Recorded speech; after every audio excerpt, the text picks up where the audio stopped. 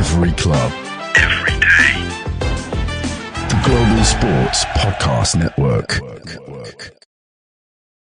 Hello and welcome to the Daily Brighton podcast. It's your boy, Jamie G, back on hosting duties with the man himself, back from doing God's work. Blessings, Chabamba. Bless. How was Zambia? Yeah, Zambia was good. Nice to get away, to be honest, but happy to be back. Slightly disappointing that I've been away to a different continent and yet Brighton have still not won a game. But hopefully our fortunes will change.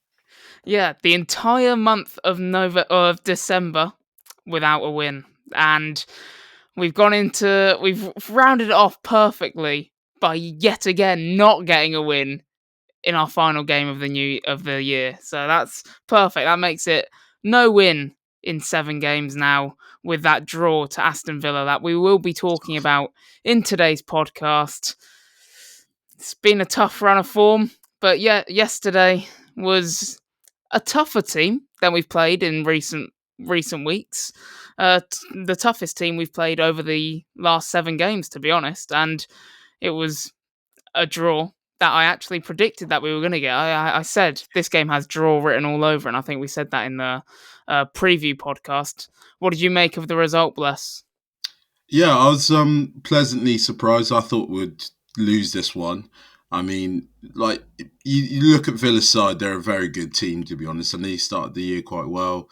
And that excuse of, oh yeah, they're tired, we might nick a point, is gone now. They were...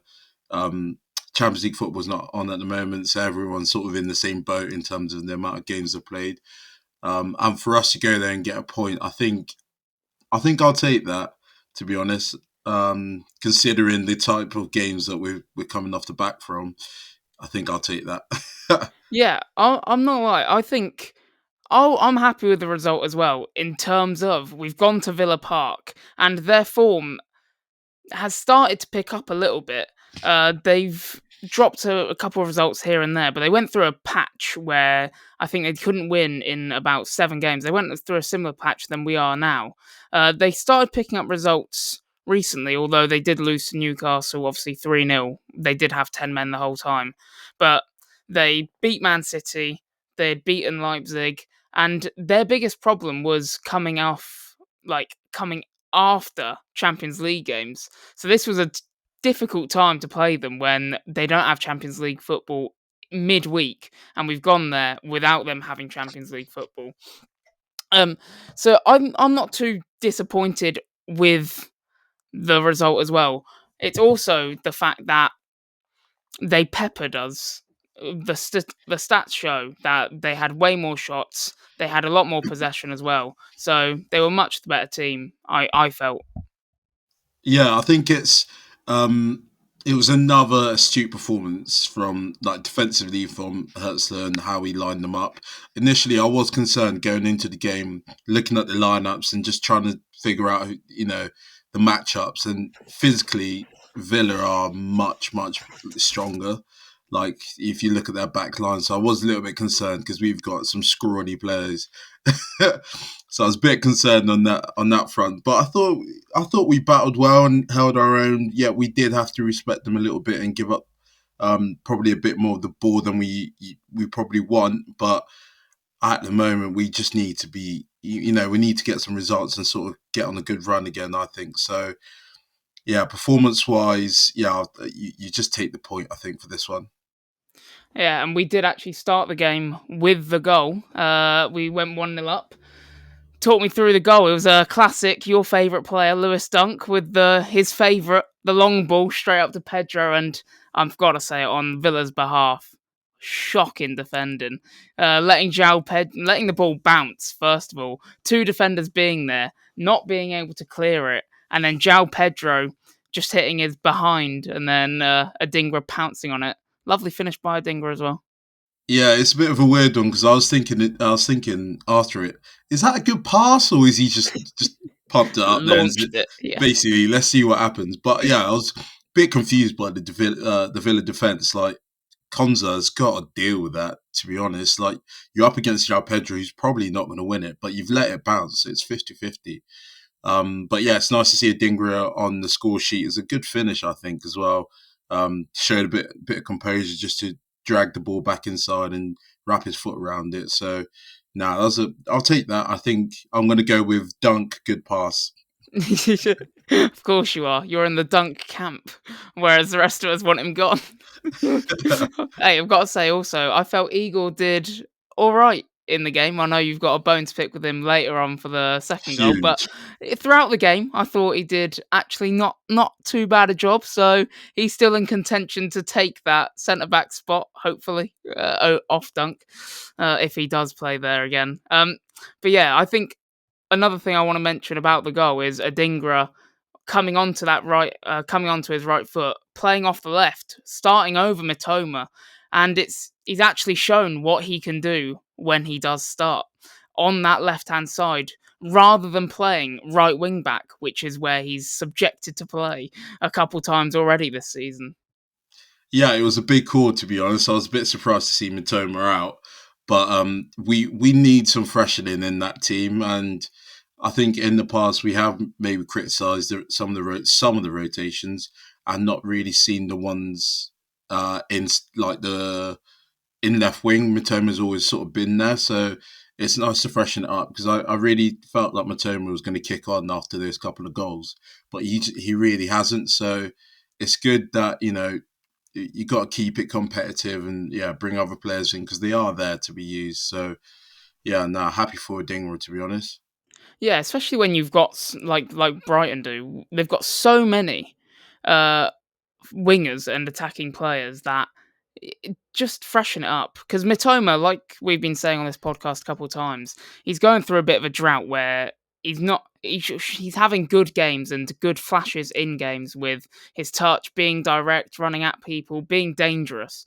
But goals and assists wise, he's nowhere near the level he was a couple of seasons ago or when he first started bursting on scene. So it's good to see Adingra come into that position. And I was also shocked to actually see him make that decision.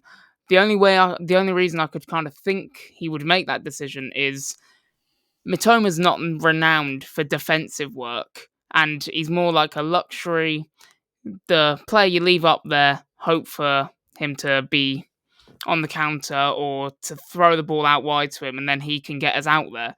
Whereas I felt Hertzler knew this was going to be a game where we would need to defend well, and Adingra is a bit more of that pest, a bit more willing to make those runs track back, and especially when you've got Eagle playing left back, he needs as much help as he can get when he's not playing his preferred position. So that's the only reason I could kind of think he would go for that method or play Adingra instead of Mitoma. Or it could just be resting, because over this period, so many games come thick and fast. Maybe Mitoma needed the rest. Yeah, I agree with you. I think I think it's just a case of rotation and freshening it up.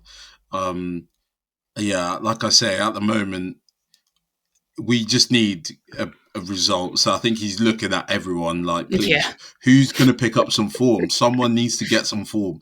We've not had an informed player in ages, so you might as well give everyone a go. And also, before we go to our break, actually, honourable shout out, Solly March is back now, which is good. Yeah, exactly. Good to see his name back. And just to my point, by the way, I've looked up the Adingra defensive stats from yesterday. I am a genius, I've got to say. Recoveries, 6. Interceptions, 2. Ground duels, 1. 5. I won't tell you out of how many that was.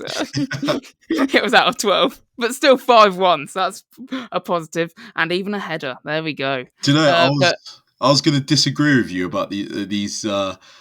Adingra's defensive prowess and say, because I think Mitoma works quite hard defensively, but I'm glad I didn't because you've got the stats ready to shoot at me. That would have been tough, that. And on that note, we will be going to the Zencastr ad. And after the break, we'll be talking about the 2 unfortunate Aston Villa goals.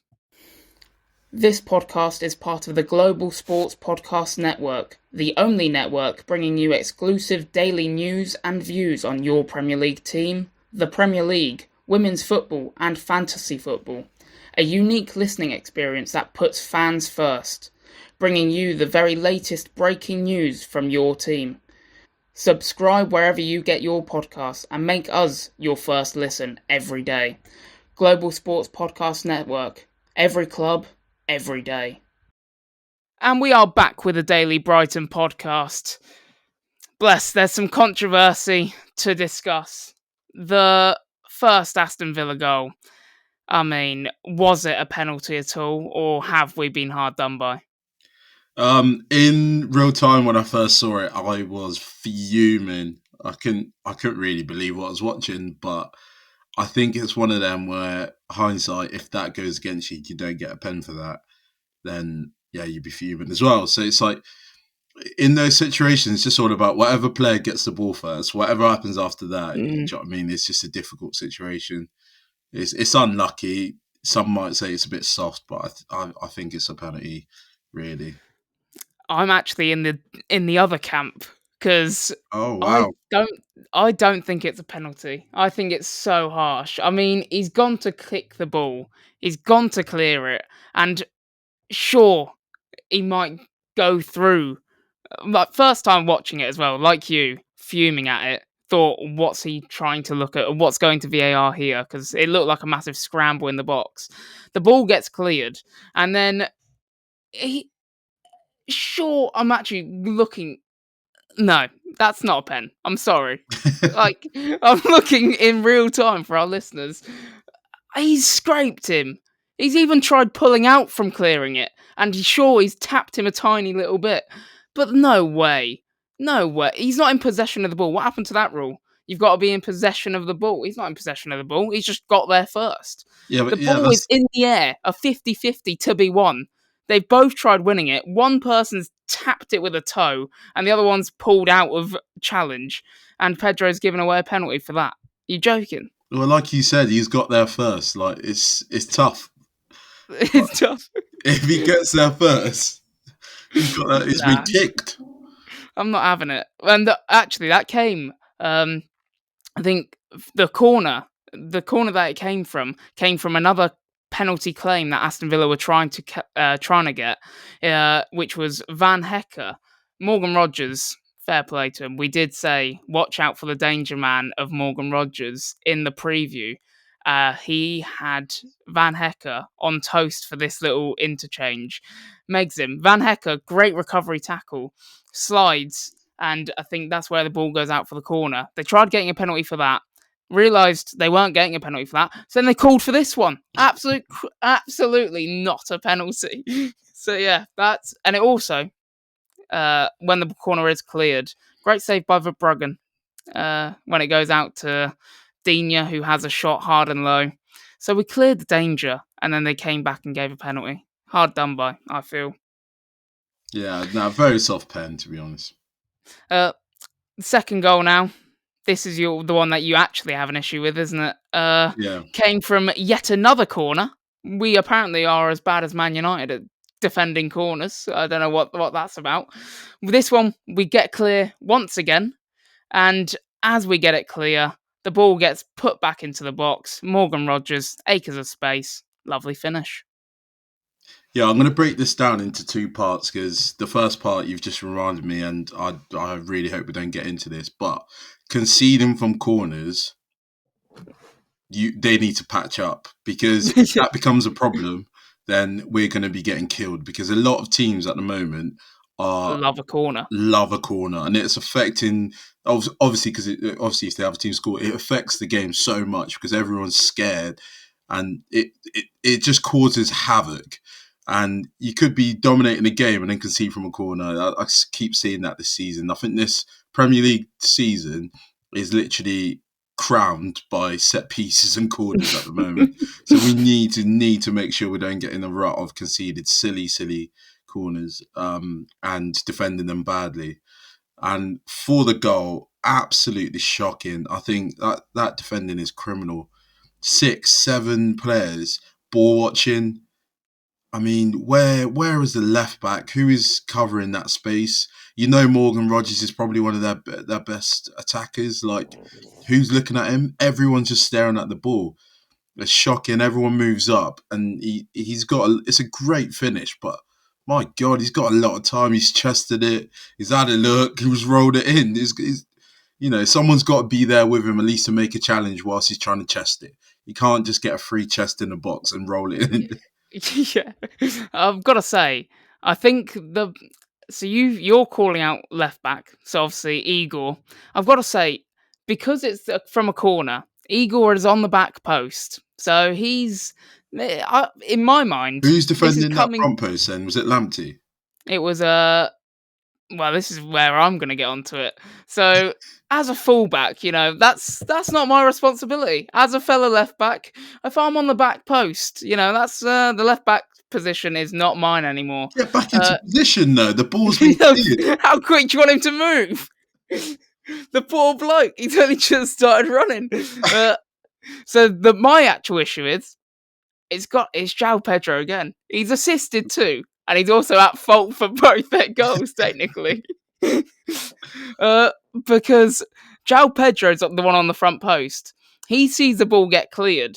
Then he is off. Like, he's expecting. Like, a fair play. A good striker, his instincts should be, let's now counter. Let's break up the pitch. And that's what João Pedro does. He's the one on the front post. Then he sees the ball kind of up in the air, breaking further and further out. And then he's thinking, oh, let me get on my bike. And that's where they unfortunately play the ball into that space. Enciso is another player to blame. I believe it was Enciso, who is also in that kind of area. He's slower than João Pedro. He's like in the middle. He's not sure whether to sprint forward with João Pedro for the counter or to stay back and mark his area, which is what he should have done, by the way. And instead, he's in this no man's land of, what do I do? 3 of them are behind him, and then Morgan Rogers, like I said, great touch, great finish. I think we've also got to have a look at that clearance. I think it's a dinger. It's coming up in the air, but he's kicked it straight up, and it's gone straight back down. Like, oh, come on, put your foot through it. Yeah. Oh, not upwards. Yeah. Honestly, the ball was in the air for about 5 seconds as well. Like, I swear to God, everyone was watching it. He smashed it, mate. He smashed it high and not far, which is not ideal. Unlucky Adingra. So the 2 people that were responsible for our first goal were also responsible for their third goal. So not good things. After this break, we did level things up, and we will be talking about our next goal. Here at the Global Sports Podcast Network, we spent a lot of time selecting our delivery platform. Zencastr came out the clear winner. With 4K video recording from your phone and AI editing that automatically removes all those ums and ahs, it's super easy to start a podcast that sounds great and is delivered efficiently. If you're ready to tell your story, check out the link in the show description to learn more about Zencastr. And we are back with the Daily Brighton podcast. Bless, we did actually manage to level the game. Wow. Now I feel like I was expecting the worst, especially because they were peppering us. I feel like the substitutions did make a difference when they came on as well. We brought on the likes of Matoma, Ruta. They did liven things up a little bit, which was good to see as well, because we have kind of seen some flat performances from our substitutes recently. But they livened things up, and then we managed to get the equaliser. What did you make of the Lamptey finish? Yeah, I think it was a great finish. It's a nice, neat play from Matoma. We know what he can do, and obviously João Pedro with the flick back inside. But Lamptey, I don't know where all of these goals are coming from, to be honest. I think it's a shame we haven't got Joe Richardson on here. Exactly. Lamptey correspondent. But yeah, really good finish. Like, I'm surprised he's found himself in the edge of the box.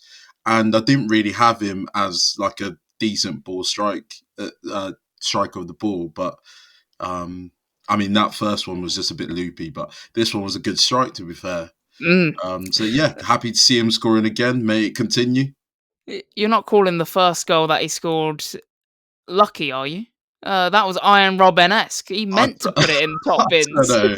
It was just it was in the air for too long. I'm not. Yeah. When shots are in the air for too long, I'm not sure about it. I think the keeper should save it. Yeah, I mean Lamptey this time though. No, you can't argue with this one being luck or not, because he starts the move, takes the ball up the pitch, and like you say, straight to Matoma, our danger man when he does come on, and then plays it out to him. The ball bounces lovely to him and drills it bottom left-hand corner for him, straight into the net. What a finish, I've got to say. Hit that with some venom. Yeah, he really did. It was a good finish, and it's interesting for him because at the start of the season he wasn't really getting a look in at all, and I thought he's probably on his way out maybe in January, but he's taken this chance because Veltman's been out and there's been a couple of other injuries, and we can't trust Webster and all these other issues we've touched on in the past. But it's good to see a player who was looking like he was out of the picture actually come back in, take his chance. I wonder what's next for him when Veltman comes back as well. Yeah, do you reckon he actually will start? Because I'm very much in the Veltman lovers camp. I think that guy is solid every time he plays. Obviously, Lamptey started this game and a couple other games when Veltman was out. I just feel like defensively, it's still question marks. Yeah, I'd agree with that because you do see some good flashes from Lamptey, like the cross against Southampton was lovely. Obviously, the 2 goals, and you see some really good things. He's got a lot of pace about him as well. But then you have, I can't remember who it was against, but that when he's gone up for the header and just stacked it. Yeah, Yeah, it's just like defensively he will get found out when he plays against better players, but.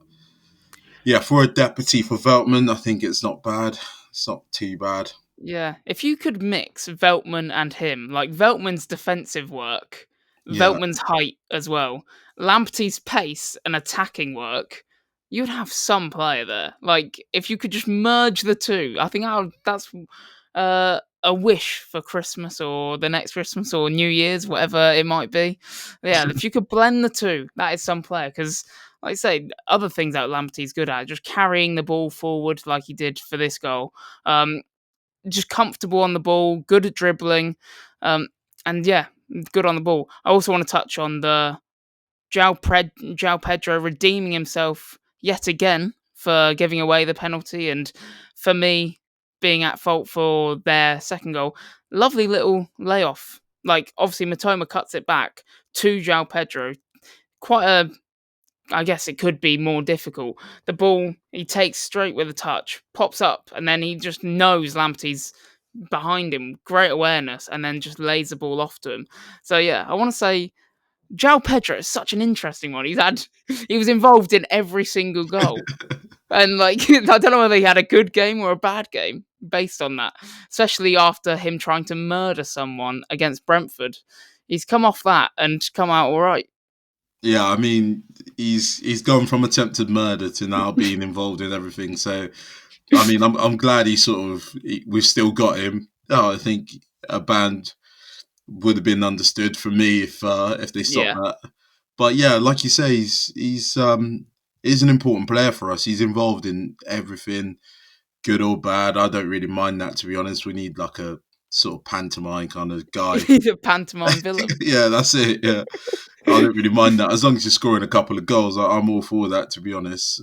But the goal was a good move as well. Like the whole team, the most of the attacking players were involved in it. It was a nice move against a really good Villa defence. Yeah, 100%. And well, that wraps up the Aston Villa vs Brighton review, and we play Arsenal on Saturday at 5:30 prime time. Corners, oh no. Oh no. So we're going to look forward to that. I can't wait to watch it with some of our friends and hopefully watch their demise and us finally get a win. Fingers crossed. And that will be that from us. It's been Blessings Chabamba. It's been Jamie G. And we will see you next time. Every club. Every day.